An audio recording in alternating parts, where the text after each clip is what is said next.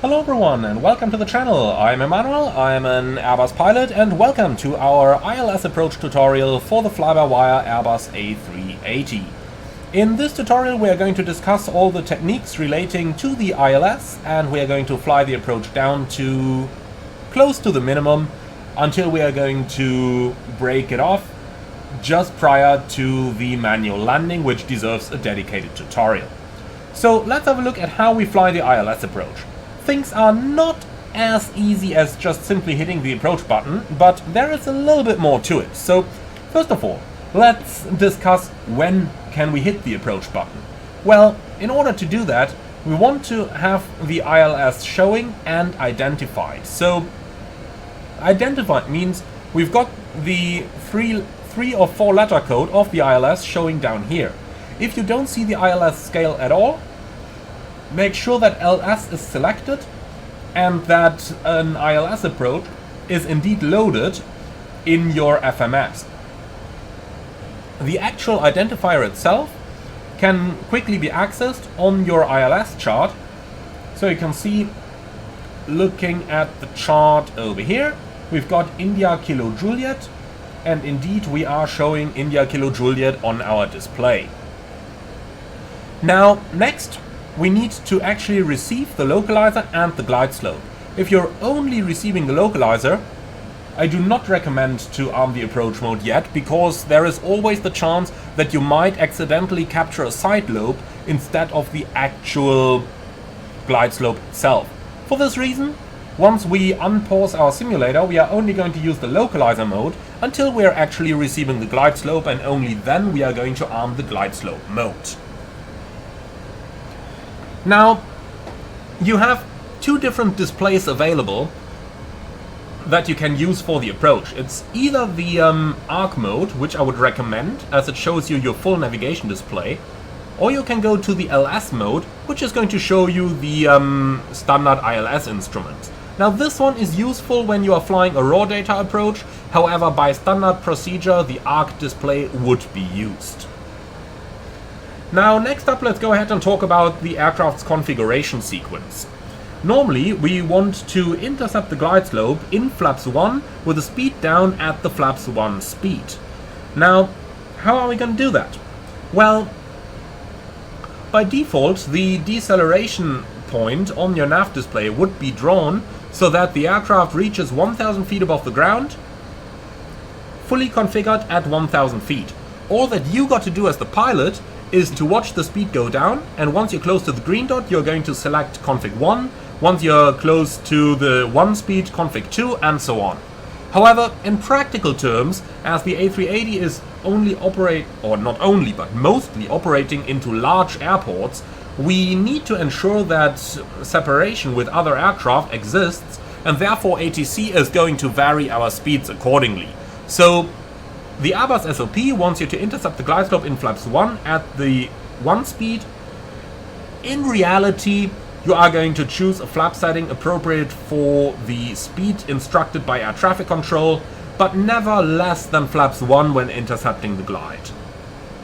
Now at a minimum of 2500 feet we are going to select flaps 2.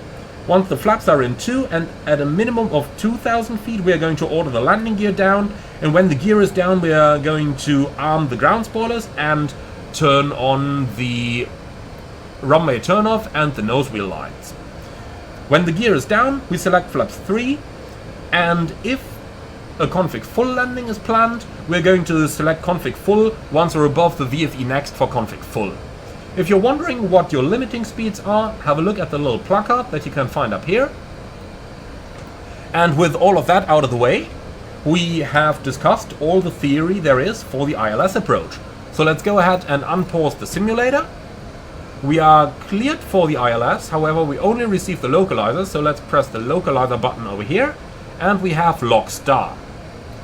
The speed is slowly coming down, and once our speed is close to the green dot speed we are going to extend the flaps into the 1 position. At this time we are still waiting for the glide slope to come in, and here it is, perfect. So with the glide slope now also being received, arming approach and autopilot 1 and 2, and on the FMA we verify Cat 3 dual, autopilot 1 and 2, glide slope blue, and localizer blue if it hasn't captured yet. Approaching the glide slope and close to the green dot speed, let's go flaps 1. So we have speed checked, flaps 1, and our speed is now decreasing towards the S speed, which is the correct speed for our flap configuration.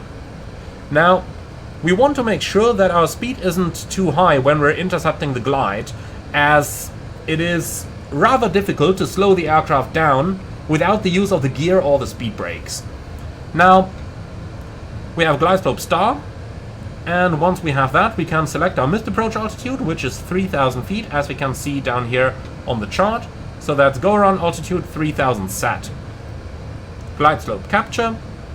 Now, if your altitude shows in white on the PFD, that indicates to you that the aircraft is not going to level off at that altitude, but that it has armed it as a missed approach altitude. Depending on the wind conditions, it may be impossible to maintain the speed in config 1. In those cases, select config 2, and then you should have sufficient drag for your aircraft to be able to slow down as needed. Now we are going to fly the procedure as per the Airbus SOP. Our headwind is strong enough that we can maintain more or less our airspeed in config 1. So let's wait until we're at 2,500 feet, and then we're going to select flaps config 2.